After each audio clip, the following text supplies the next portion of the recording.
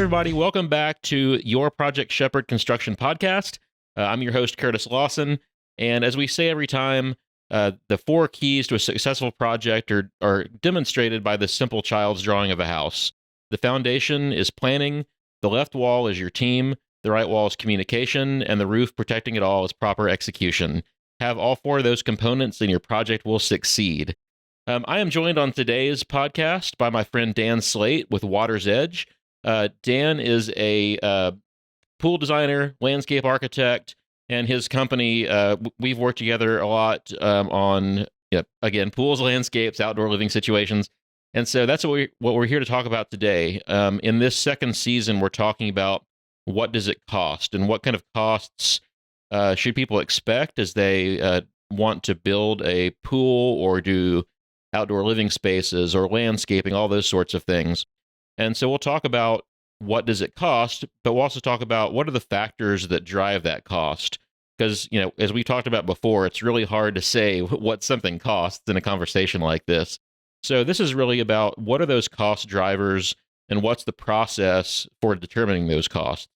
And as we talked about in the first season, when you build your team early and you engage all the proper parties early in the conversation and the planning process, we talk about the builder, the architect, the interior designer. One of those key team members for large projects especially is going to be the landscape designer, the pool designer, because those are big cost components that you need to nail down early in the process, fit that into your overall budget.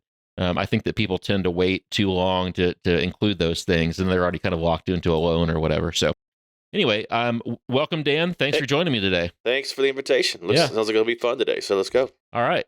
So we'll just start off. Why don't you tell us about your background and your company and what you do? Well, I'm a landscape architect licensed by the state of Texas. I was trained originally out of LSU, went to school down there, go Tigers, and graduated in 98. Was recruited out of the Houston market with a larger firm here called McDougald Steel.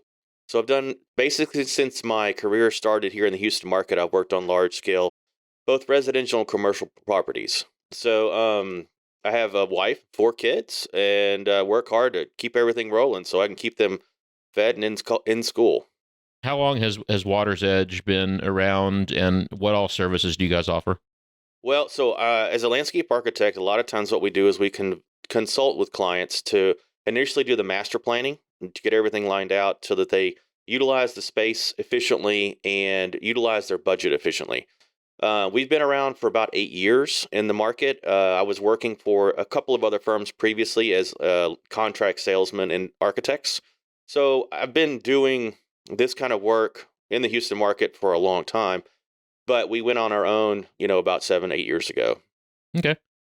Well, it seems like everybody these days wants this picturesque backyard. We've got Instagram and Pinterest and all this stuff, and everybody's always saving all these amazing images, pictures of spaces and coming to us and saying, I want something like this. But I think that they don't really have a great idea of what that costs to achieve that. Is that what you see too? Well, I think there's 2 things. A lot of times things look very simple, but it's actually pretty complicated. And I'm sure in your world, it's the same way. A lot of times the simple looking it is, the more complex and more engineering and or more time. And certainly the level of contractor needs to be higher for that type of detail. So, yes. Yeah, I mean, like with building a modern house, people are like, oh, well, there's no crown molding. There's not all this ornate stuff. It must be cheaper, right? But, yeah, the drywall. Yeah, in order to do that, everything has to be planned out in excruciating detail. And sometimes those extra layers help cover up mistakes or cover up things that aren't perfect. And when everything's clean and straight, it's got to be... It's a lot more noticeable. Tight and right. Yeah. When somebody hires you as a design professional and someone who's experienced in, landscape architecture, construction, installations, what do they get versus just having a designer, a pool builder, or a landscaper do it? Right. Well, one of the things that we like to incorporate is we like to interview the client. We want to get to know who is going to be living in the space, how they're going to use the space, things down to like how old their kids are, how many pets they have, do they have anybody that in their family that may need special needs as far as walking with or steps or lack of steps, handicap accessibility. There's all kinds of layers that need to be included. We look at the interior and the exterior relationship. We're trying to make sure that when you're standing at the kitchen sink and you're looking out across your new garden, you have, the correct view that we wanted you to see from that point. When people walk through the front door of the house, they get to see maybe a portion of what we're trying to show them, but we draw them into the house, we draw them into the space. And our goal is to make everything that's done on the outside look like it was purposely done for the architecture of the home and seamlessly done for the lifestyle of that client. Yeah. And so a company that, and I'm not picking on just an installation company or a pool company or a yard guy that's doing this stuff, but they don't have the training, generally speaking. They don't have that process to take people through what you just talked about. It's interesting in my market. There's no licensing to be a pool builder in Houston. There's no licensing with the state. There's nothing along those lines. So anybody in some respects can call themselves a pool builder. Many times we'll run into projects that we're asked to come and fix or that we're asked to come and repair where somebody with little less experience didn't quite get it right. You know what I mean? Honestly, if you want to be a pool builder, you can go online and you can buy little templates and you can get your survey out and you can draw any pool you want in your backyard. And that's the way it used to be done. Back in the 80s and the 90s, there was probably, you can see some of the other commercial firms, they would give you like, here's your 4 options in this payment plan, and you get to pick which one of the versions you wanted for your house. And that's the way it was until it really started to become more of a design process to help really make the exterior and the interior become together. Well, I think in general, with houses, construction in general, that's become the case. You look at a lot of more custom houses from the 80s, 90s, same thing. There weren't as many, all these bells and whistles like we have today. And I think that's driven, like I mentioned a minute ago, by Instagram, Pinterest, TikTok, all these places that people see this really cool stuff. And it almost feels like it's more accessible now than it used to be. 100%, yes. And I think people want, even if they don't get all those things, they want, hey, let's just include like this one sexy little feature in our project. Well, and I think if you remember back to when we were kids, a lot of times the cool stuff was in California or the cool stuff was in Florida. And it took a while to get to Texas. It took a while to get to Louisiana, wherever you may be, right? And it kind of would migrate through. But now with the Instagram, I mean, I look at Instagram myself. I mean, there's guys out there that do really great work. I'm one of those guys. But at the same time, there's other people that I respect highly in our industry that have good ideas and they do have good details. They have good They purposely do the best they can with their client's budget, and they purposely do what they can to make the project stand on itself. We've talked before on this show about people, making mistakes and choosing the right home builder, the right remodeler for their project. It seems like everybody knows a guy that can do it cheaper. A brother-in-law. Or they just talk to their friends, and they're like, hey, my friend had this guy that did this, and I heard he's cheap. Let's use him. Right. I think that's probably taken to even more of an extreme when it comes to outdoor stuff. And part of that you mentioned is no licensing. Of course, there's no licensing in Texas for builders either, but for pool and landscape and all that kind of stuff, definitely no licensing. And then, not picking on our Hispanic labor force, but the undocumented workers that kind of bring down the cost of things drives people to say, hey, I can get that a lot cheaper by just hiring this guy over here who's, maybe not legal status, no insurance, whatever, right? So I think it's more of an extreme in your business even than mine. It is because, and you would deal with some of the same problems that we have. In your air handling in the house, we have to deal with hydraulics, right?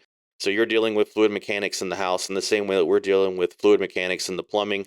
The way we design the pool itself is done in such a way that if you do the plumbing and everything efficiently, not only does it save the client money, it prolongs the equipment, so you don't have equipment that fails prematurely. And there's just so many different factors. And on an average pool construction job, we'll have 13 to 14 vendors. So it's not like you can just go and pick from the Rolodex or the phone book. Hey, I want to get a plaster guy for this guy.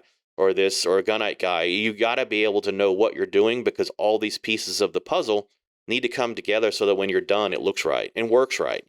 Just because it looks good today doesn't mean it's going to look good 5 to 7 years from now.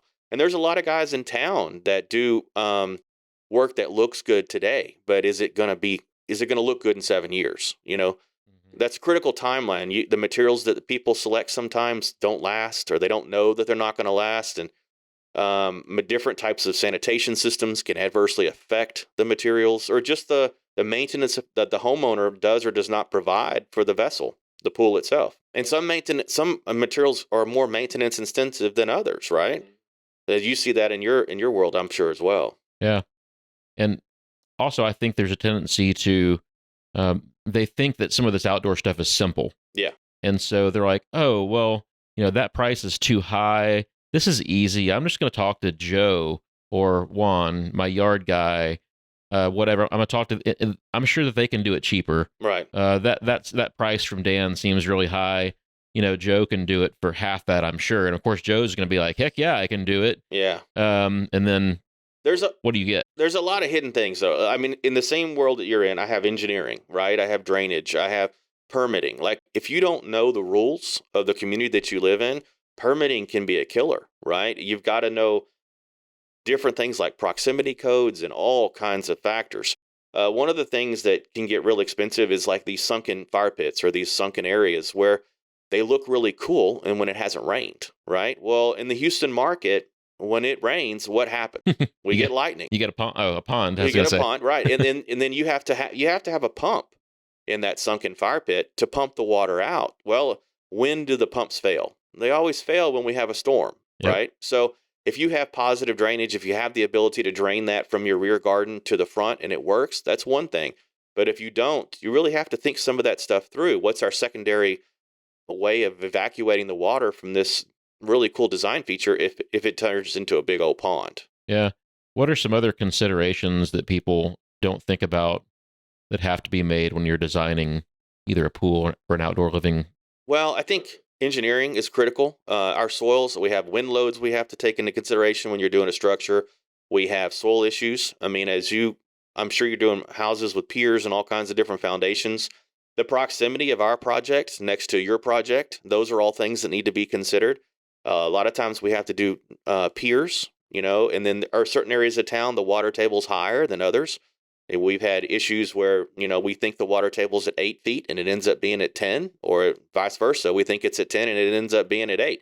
You have to be able to work the system and know how to get all that stuff done within the confines of not only the codes, but then with the structural nature of what we have in this part of the country. Yeah. So those are really critical, to make sure you get that done right, because that's, again, one of the things that helps with the longevity of the project.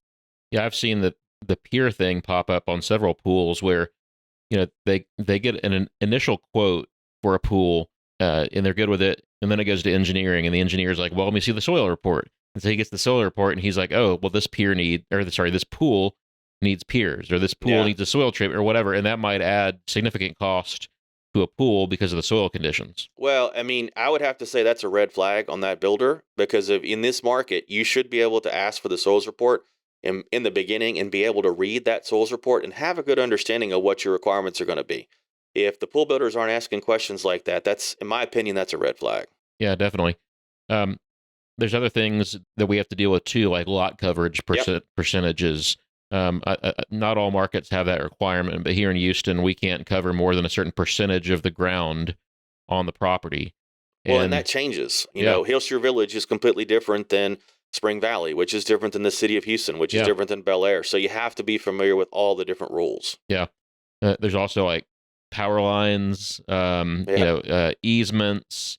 You mentioned proximity to other structures. Yeah. So all those things have to be taken into consideration. Well, and I think back to your thing about electrical, like Centerpoint Electrical, one needs to know how to solve that problem if it is an issue, right? You have to know who to call. You got to know the guys to get that done, because the project will stall out if you don't have the experience to know how to get that solved. Yep. So what are some of the big cost drivers in pool construction? People think about, hey, it's a hole in the ground. You dig the hole, you put your plaster and your tile, you're done. Right. What are the things that really can drive up the cost of building a pool? Well, first off, I think you need to understand the engineering to begin with, and at least have a good understanding of how to communicate that with the homeowner. Do you think we're going to need piers here? Do you not? The materials on most pools are about the same with regards to the gunite, the rebar, and things like that. Now, in my experience, we do things a little differently than some builders. Other builders do it similar to us, where we upgrade the steel, things like that, to make sure that we're going to put together a vessel that's going to stand the test of time. The increase in the amount of steel by going from a number 3 to a number 4 bar is really not that much, but it's certainly worth it over time. The materials, the size of the pool can also affect the project. The amenities, like if you're going to run, if your location of your equipment is on one side of the house, but you're trying to put the jacuzzi on the other side of the house, well, we're going to have some issues with plumbing runs, right? So that's going to cost a lot more than if we were to design the pool where it's in closer proximity to where we're going to set the equipment. Little things like that add up, and they add up quickly. In the last couple of years, the market has changed quite a bit. The prices of our costs have gone up exponentially, and the equipment has changed. I mean, we've had increases in the equipment 3 times a year, sometimes 4 times a year over the last 2 to 3 years. Yeah. So, and we're not talking, to 1%, 2%. We're talking 7%. Yeah. 15%, and it adds up. Yeah, and so if you get a quote, you budget that thing 1 year, and it's 12 months or more until you actually build it. That's going to be something that you have to absorb as the homeowner. We write that in our contracts to make sure that that's all laid out on the table, and I like to have everything laid out. It's real interesting for me, for individuals that don't want to just lay the cards on the table, because it's important for the homeowner to know what they're buying. If you're buying a fancy car, you got to know how much the maintenance is going to cost, right? It's an important aspect of the project. So you need to know, what is this pool going to cost me annually to operate? And we'll design it to be as efficient as possible. But a lot of times the amenities that clients will want will increase or decrease, what those operational costs may be. Yeah. What are some of the more expensive features that people ask for? Well, I mean, a lot of times nowadays we're doing shade structures and different things like that, and they may be made out of aluminum or they may be engineered out of steel structures. A lot of times we're doing cantilevered structures. We're doing different details like that, or large parapet walls or flame. Like we've done several projects with integrated fire features into a tall feature wall. Obviously, you're going to have lighting involved in that. You're going to have tile. You're going to have gas. You're going to have all kinds of features. I'd say one of the things that we steer away from 100% if we can is the automated fire features. And most of that stuff is engineered in the Southwest. It's engineered in either Phoenix or Las Vegas, and they have completely different moisture requirements over there than we do, Yeah. And they really don't last more than about 24 to 36 months in our market. So we literally would try to talk somebody out of that. But the fire features are really cool. They're something that you can utilize, more often than people think in our market. I mean, this would be a great weekend to have a fire pit, to sit around, watch some football this weekend, and, have some s'mores. That's a fun way to do it. Right. The pandemic kind of really brought a lot of the families back to their house, and the design development of these spaces is really important because, if you're not going somewhere, or you have the ability to stay at home with your family a little more often and spend time at your own personal resort, it means a lot. Not only do you get the memories from it, but you get other things, right? So those things can add to the price, but it's also part of the value, right? I value that. So even though it may cost me more money, it's something that I value over time, that I know it's not going to be a tremendous maintenance issue, and it's something worth having.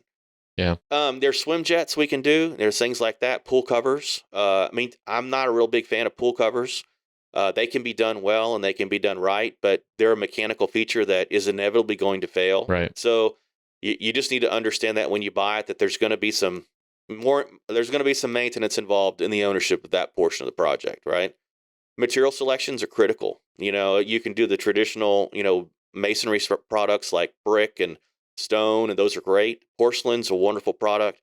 As long as you do it correctly and you do it on the right base and you understand how the product is supposed to be used, it can be really, really good. But if you don't pick the right material or you have it installed incorrectly, it can be not only expensive the first time, but expensive the second time. Are there some of those special features, cool features that are kind of easy adds? If somebody wants to try to build a cost-effective pool, we'll say, yeah, they want something nice, but they don't want to spend just the max amount of money. What are some kind of easy kind of value add items that add a lot of visual impact that may not cost a lot that people can add? I mean, I think fire features are a critical thing. If as long as you're not getting some specialized handmade bulb from, the Europe somewhere, right? You can get something done relatively inexpensively. If you have an architect or a designer that's creative and is looking for solutions to solve that problem, to not only have a cool product, but to not invest the entire budget in that one thing. Water features are important. You don't have to do an 8 foot tall wall, though. You could do a 12 to 14 or 24-inch wall. Those are things that can be really easily done. And then if you pick the right materials, it's not a tremendous budget breaker. I think colored lighting is important. There's a lot of designs nowadays that have, recessed lighting under the steps or recessed lighting under the coping. There's a lot of different ways to use lighting, because think about it. Most of the time when you're in the space, with the exception of maybe Saturday or Sunday afternoon, you're going to be at home in the evening, and you need to extend that usability time well into the nighttime, right? Yeah. And LED lighting has been a big game changer, because it used to be in the pools, you had the big old bulbs at each end that are like a foot, a foot 12 around. inches wide, yeah. Right. But now the LED lights, there's so much that you can do with them, and they're not expensive. They're not as expensive as the other ones, but we'll do, like in an average pool, we'll do 4 to 6 of them, right? And then it gives you a completely different lighting dynamic. They change better. They're more efficient. And it's just they're safer. They're 12 volt versus 120. Longer lasting generally. If done correctly. Yeah, if done correct. Yeah, electrical and pool situations is always one of those things that, you see problems creep in when something's not installed properly. Water seeps in and it's toast. Yeah, well, and sometimes on those lights fixtures, they run a little warm. So if the plaster company doesn't install them correctly and then do the plaster around the light fixture correctly, they'll prematurely fail. And then some of them, because they're when you think about all the LED lighting and a lot of the new technology that's hitting our market, there's always going to be some of the products that fail because they're still testing the products as they're being introduced. So we'll do that. We'll try something new on a few projects to see how it works. And then if we have a lot of failures, then we may not use that product again. And a lot of times I'll try stuff at my house, just because I want to see how it's going to work before I sell it to a homeowner. Because the last thing you want to do is have a homeowner upset because what you told them wasn't true, because you're working off somebody else's word from a manufacturer's rep. Along the lines of technology, there's a lot of automated pool control systems now, that you can do from your phone or from a remote control device. What are your thoughts on that versus kind of traditional mechanical pool controls, as far as like what's that cost delta between just kind of the basic turn the pool on and off, turn the lights on and off, and then kind of the full automation controls, and what are the pros and cons of those? Well, the mechanical's bulletproof. If you're going to have a vessel or a pool that just basically is a pool with no jacuzzi or anything like that, I mean, it's really hard to not just do the mechanical timer, right? They're extremely inexpensive. They work well. They don't fail. It's bulletproof, right? Now, when it comes to maybe convenience, they may not be the best. You may have to adjust them for the sun and shade with regards to the daylight savings time and things like that. But we honestly don't do any installations without some sort of an automated system, simply because the price for the simple systems have come down so much, and it's just so convenient to have everything on your phone. We do very few pools without jacuzzis or without spas. So when you start adding different levels of valves and controls and pumps, it really, gets out of the realm of the mechanical timers pretty quick. So almost every project we do has some sort of a computer automation on it. There's simple systems that have 3 to 4, controllers that you would need to use. And then there's really, really in-depth systems that can go, 18 to 24 systems. It really just depends on how you want to expand the control. The phone systems, in my opinion, are by far the best. They're the most convenient. Everybody knows how to use them. Children can use them. Old people can use them. Everybody can use them, right? It's real simple. Instead of having a wired remote in your house that is going to age and is going to not look good in 3 to 5 years, and it's going to be difficult to replace. Many times I just will put together an iPad mini for a homeowner, have all the music apps and everything they want on that one little piece of equipment. And from that thing, they can do everything. You can control your amp, you can control your lighting, you can control your pool, you can turn the jacuzzi on. I love the fact that you can go to dinner with your wife, you can sit there at dinner, you're having dessert, you turn the jacuzzi on, while you're at the restaurant. When you get home, it's warm, and you just have a nice, evening, right? It's just a nice place of retreat. So you're not waiting 2 hours for it to warm up all the way once you get home. Exactly, and it's convenient, and the kids can do it without you having to do everything. And the lighting is simple. You can change the lighting very easily if you want a red pool or a blue pool or blue-green pool, whatever. It allows you to have a lot of flexibility, and it's simple, and it's enjoyable for the guests if you want to show off. A lot of times homeowners want to be able to show, all their new little gimmicks, but it works really well. You can do the landscape lighting. You can do the outdoor lighting, like for the shade structure or the covered patio. It's just a much better, more cohesive unit to use. Are there any of these things that people ask you for and you're like, that's a terrible idea, don't do that, or it's a fad, I don't recommend it? Well, are there any things that you try to steer people away from? So I'm practical first and foremost. So, I like to build stuff that's going to last. I like to build stuff that's not going to have a lot of maintenance. Fountain features, if they're integrated with the pool, it's a no-brainer. It's easy. You can keep the chemistry of the water set because you're working with the large vessel of water. Remote water features that you may do in the landscaping here and there, those can be a lot more problematic. I try to steer away from those unless we have a feature that's large enough that we can use pool equipment on. They make a little filter that looks like a little basketball. It's about that size, and if we can run that type of equipment and run it like a small fountain, it's a successful event. But if you're trying to use pond filters and pond pumps and things like that, Home Depot items, you're just looking for something that you're going to have to replace in 2 to 4 years. Lighting is critical to the project. I think that it's one of the most important things one can do for the project. But I think it's important that you spend the right amount of money and get the good quality lighting. Again, not to roll down the big box stores, but the stuff that you're going to find there or the stuff that you're going to find on Amazon, unless you know what you're looking for, you're actually going to be buying yourself something that's going to cause you more pain and cause you more maintenance and more trouble. So it's critical that you kind of think that through. When you get back to the beginning of the planning stages of all that, that needs to be figured out.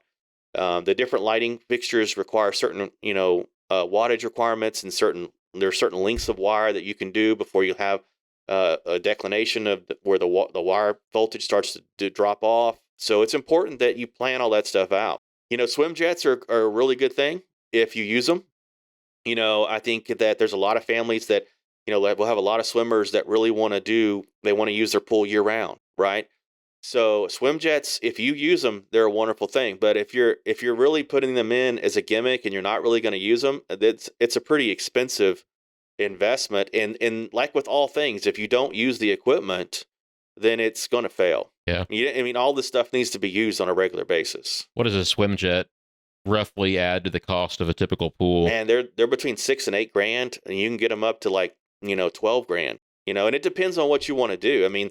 There's really simple ones that you can do where we just plumb oversized plumbing and oversized pumps, and it's kind of an off and on scenario. But you can get different types of systems that have adjustable pressure. You can have there's even a system that's got enough volume that you can kayak in it. There's a lot of different variations. It really depends. We can build anything that a homeowner would want as long as they know what they want, right? So it's critical that they take time in the process in the beginning to figure out what their goals are, what they want to do, what's their hierarchy of needs, and then give us that list, because you'd be surprised what we can fit in the small area. One of our expertise areas is working in these really small gardens in the Houston market, where a lot of times we have to dig it by hand, or we're using a little 36-inch wide track excavator, right? Yeah. But if you want to do it, the client wants to do it, and everybody's on board, those are kind of fun because you have the opportunity to solve a problem. You look at something that's just a blank slate, and you have the ability to put something really, really cool in there that a lot of people just don't take the time to even call that client back. Yeah, some of those small backyards are the most fun to do and the most fun to look at. Yeah. You can pack a surprising amount of stuff into this small area, and it's a big visual impact. Like if you're in that living room and you're looking out through the glass and you're seeing all this stuff, it's like, Well, and you can make a pool, also can be a fountain, also could be a hot tub, also could be a swim area, also could be a workout area. Because a lot of times we have older clients, right? Some of our clients, they're in their 60s, 70s, maybe even their 80s, and this is where they work out, right? And so it's really critical to design the project to fit their lifestyle and allow them to get the most benefit from it. Now, it's not necessarily cheap all the time, right? I mean, just because it's a small pool, Right. yeah, that doesn't mean it's going to cost small money, because Right. it's a lot of work to get it in there. But at the same time, it's rewarding, especially when you have an older client. We have several that we put in swim lanes or swim jets, and they use them every day. And I get phone calls all the time where clients are like, "Thank you so much for what you did. My life is better because of what you do." Is there some kind of again, this episode is kind of supposed to be about what does it cost, Right. or this whole season is, and I feel like we're constantly skirting the actual question of what does it cost. But at the end of the day, the answer to that is it costs what you want to spend and what we can achieve for what you want to spend, right? Yeah. But I will say this: it will cost less if we meet with you earlier in the project versus at the end. yeah, Because it allows us to plan things and you to plan things, and the integration between the two different points of scope allows it to, we're not overlapping, we're not redoing work twice. If you can, the earlier we can get in there, the less it costs. Now, there is cost for our time to do design, development, drawings, and engineering, but at the same time, those are sunk costs that you need to do the job right, and it will be done more efficiently, and it will cost you less money. is there a kind of a baseline that you tell people? And now this is, first quarter 2023. So if you're listening to this or watching this 2 years from now, that's all out the window. But is there kind of a baseline cost these days that you can even give people, like, hey, if you aren't looking to spend about this much money, it's really not even worth having the conversation? Well, generally speaking, Just for pool. Let me say that. Just for pool with a jacuzzi or no jacuzzi. Yeah, no jacuzzi, just a pool. I mean, I think you're going to be in the 55, 60 range at the lowest end, because there's just going to be certain things that are going to cost a certain amount of money. Right. I think on average, our projects are 100, 150 is what our projects are running on just the pool and jacuzzis. Right. But if you have the right environment, or you have the right accessibility, you don't have any engineering issues, you don't have any drainage issues, I mean, you're going to be between 50 and 100, depending on what some of those amenities are. Once you start adding like shade covers and fireplaces and fire pits and all these other amenities, though, it changes exponentially. Yeah, it doesn't take very many, $5,000, $10,000 line items added on to the budget, right, to go from 50 to 100 in a heartbeat. Right. So, I mean, once upon a time, when I was an early little architect, they would tell us that the design budgets for the extra development needs to be somewhere in the 10 to 20% range of the property. Right. So if you live in a $1 million property, your budget's, $100,000, $200,000 ish. Most people don't follow that rule anymore. No. And for the most part, I mean, you'd be surprised what some of the things are cost, but it's really, the investment is not necessarily in just that whole thing. It's the whole project. So most of the time when we do a project, we're considering lighting, we're considering planting, drainage and irrigation. Over the last couple of years, those two things have exponentially increased, and I'm sure you've seen the same thing. Yeah. Because all of the materials have just quadrupled in price, right? So labor hasn't gone down either. So we're constantly dealing with increases in labor, even though we may have a labor force that, may or may not be as expensive as certain areas of the country. It's still expensive, right? And but I think those are critical things to think about. And those drainage and irrigation items, or the drainage for sure, is now required on projects, whereas maybe 10, 20 years ago, it was like, yeah, we might add some drainage to this, but now like the city's going to make us do drainage for certain types of projects. Well, and I think that's a critical part of the planning, to circle back to what you talked about earlier. If we get into the project earlier and we're working with you or the architect that's doing the development for the house or the building, it's important. There are certain, numbers that we can't exceed on impervious cover, right? So do you want a gravel driveway, or do you want a bigger pool? Or do you want additional sidewalks, or do you want a bigger pool? Or do you want a shaded patio in the backyard, or do you want to change this, that, or the other? Those are critical things. And many times we get in a project and the impervious cover, like in the city of Houston, it cannot exceed 65% unless you're willing to invest quite a bit of money to do a mitigation plan, right? So Anything over 65%, they're going to require you to put together an engineered drainage plan. And that engineer is going to give you a drawing that you have to adhere to. The engineer himself may cost, $2,000 to $3,000 just for that plan. And then whatever he's drawn on that piece of paper may cost $4,000 to $6,000 to $10,000 to $12,000 to get implemented. So 20, 40,000. I mean, it's important big to get properties. It could easily be 20, 40, $50,000 for drainage. Exactly. So it's important to get into the early part of the design phase so that we can maximize the project. You may decide to put something on the second floor that you were going to have on the first floor because we need that square footage for something else. I was talking to my engineer this week actually about a project where we have an excessive amount of drainage that we have to do. And in fact, we have to do Detention Pond. And he had an awesome idea that he had shown me some photos of that he did. And I'll try to give this to Daniela to pop up on the screen on our video too.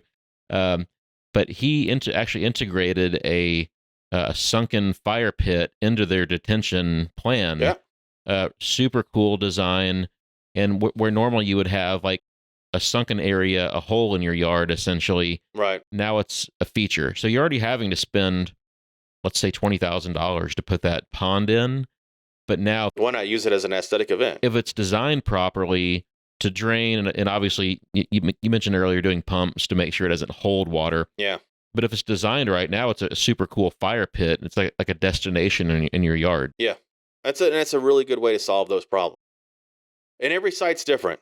And like I said earlier, like City of Hillsborough Village is different. Their requirements are completely different than, say, Spring Valley or Piney Point or, some of the other cities. One of the other things that's really popular nowadays is artificial turf, right? Well, some civic areas allow you to do artificial turf and it's not considered impervious. Others consider it impervious. Yeah.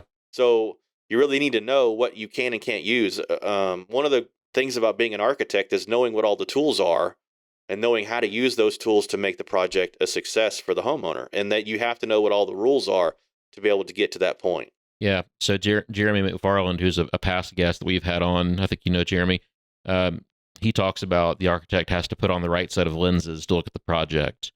Yeah. That's a great visual. Every city, county, whatever that we work in, is going to have their own requirements. Every client has their own requirements, and so we have to know what set of lenses we're going to put on here for this project. What are the rules of the game, and how do we work the game to make it to where it's a success for the homeowner at the end? Because at the end of the day, they're the client, and they want to have the project be what they want it to be when they move in. Yeah. So let's touch on outdoor living spaces for a little bit. We spent most of our time on pools so far.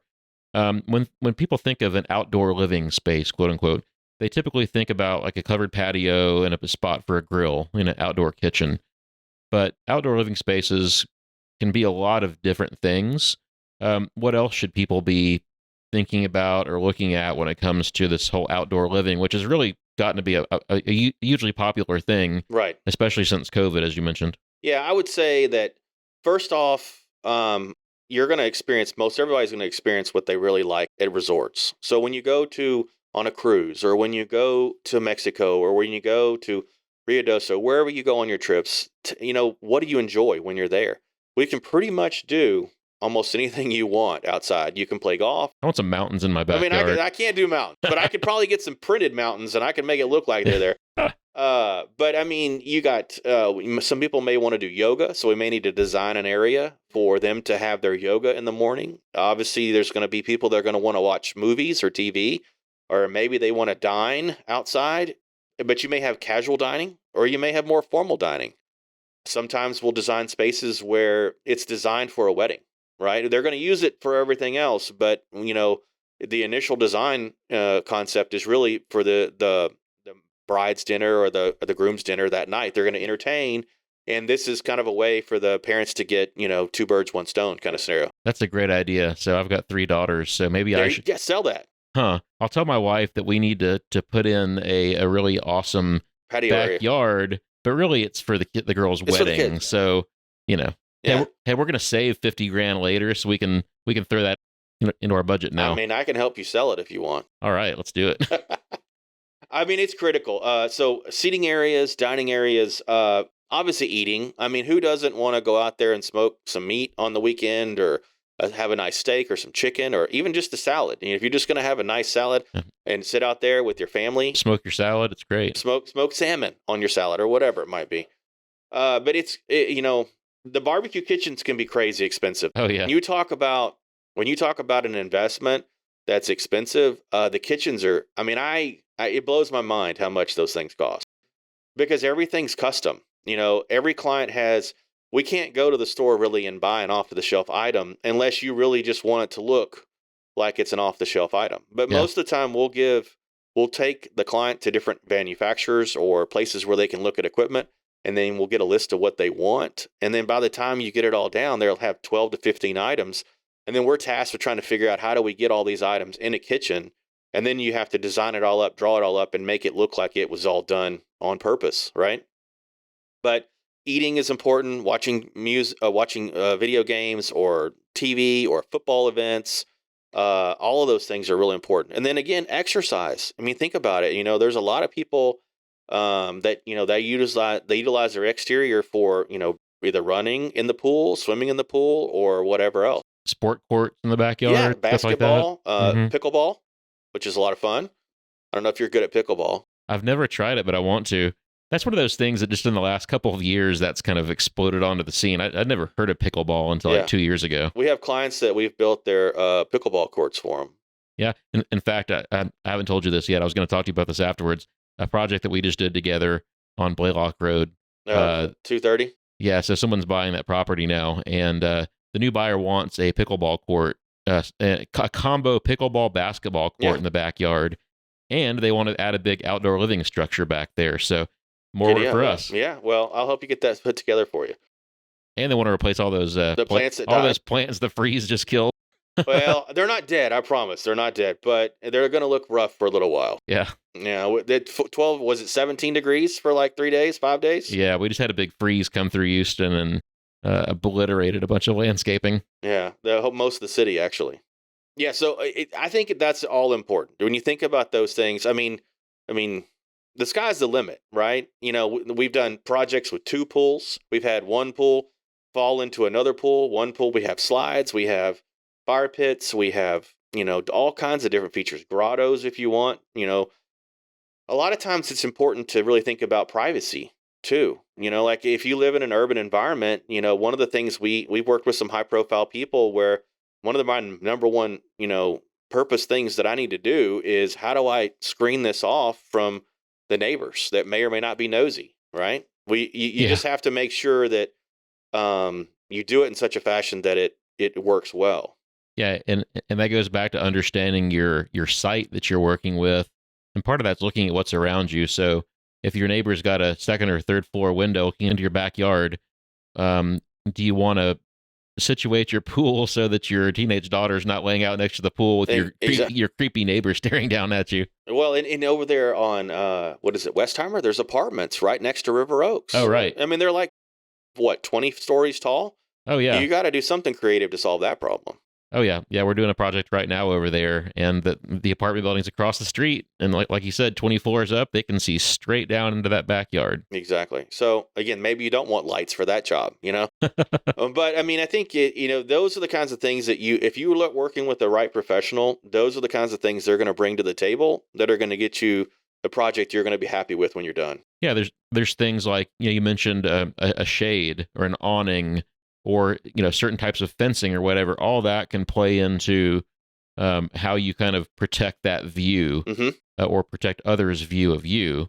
But all that stuff has to be taken into consideration, and I think those are some of the things that you don't get with just chucking the pool truck. Yeah, the pool designer guy. Well, and it's a different level. Like with all things, you can buy nice. You can buy a Target watch, or you can buy a boutique watch. I mean, there's different things you get with each one. And so the reality is that our jobs is to work with the client and then to put together a package for what they're trying to achieve, and then solve the problem in such a fashion that it's the most aesthetically pleasing, but also mechanically successful project that it can be. Yeah, I think you're very right. Not everyone can afford the big elaborate pool backyard setup. Some people can only afford the simple setup. But I think that still spending a small amount of money relatively speaking, with a design professional, even if you don't have a huge budget.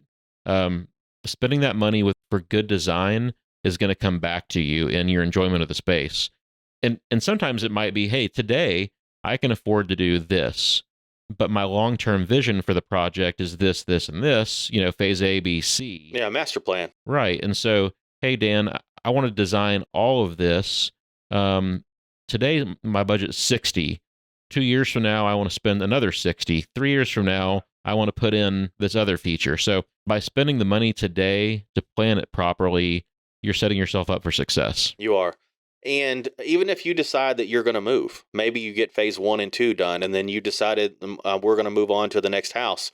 You have that document that you can give to that new homeowner. And you've got everything planned out, and it's never wasted time. It's never wasted money, because you're always going to make better decisions because you've had somebody help you think through the process. Yep, exactly. Well, I think that's a great way to wrap it up, unless you've got anything else you want to add in. No, this has been fun, man. I've enjoyed it. If there's any other questions you have, let me know. Yeah, thank you so much for being with us today. Why don't you mention how people can get in touch with you if they want to work with you? Well, best way to get us is probably on my cell phone. I'm old school. Give it out. So 713-882-0456 is my cell, or you can reach me at wedesigntx@gmail.com. Great. Well, thank you all for being with us again today on the Your Project Shepherd Construction Podcast. We hope that this has helped you make some smart decisions regarding your pool and outdoor landscape, outdoor living design. We hope that you'll give Dan a call if you'd like to get some more information on his services here in Houston. So thanks for joining us, and we'll see you next time.